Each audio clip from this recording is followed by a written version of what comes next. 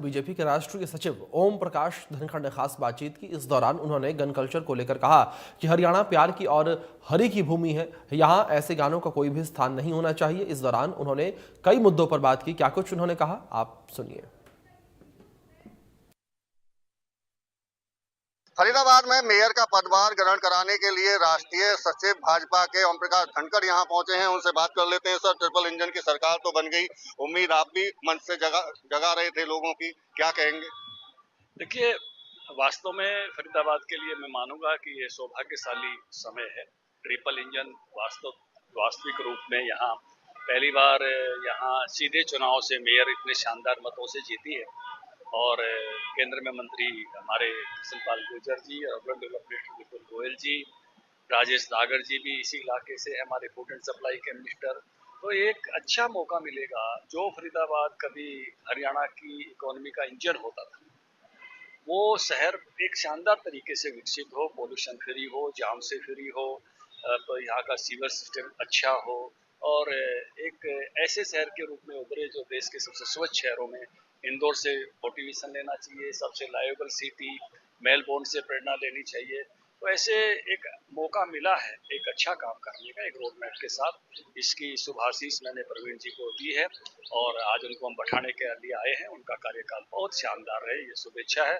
नए त्योहार शुरू हुए हैं, अभी नववर्ष आया है 2082। सब को बहुत बहुत अभिनंदन और नवरात्रों की भी सबको बहुत बहुत बधाई। मंच से तमाम बड़े राजनेता हम देख रहे थे, आपको राजनीतिक तौर पर, विश्वविद्यालय के तौर पर आपकी उपलब्धि, लेकिन एक पहचान आपकी और भी है, समाज को जोड़ने की और संस्कारों को देखते हुए आप कई बार रागनी भी गुनगुनाते हैं, गीतकार भी है, कहानीकार भी है।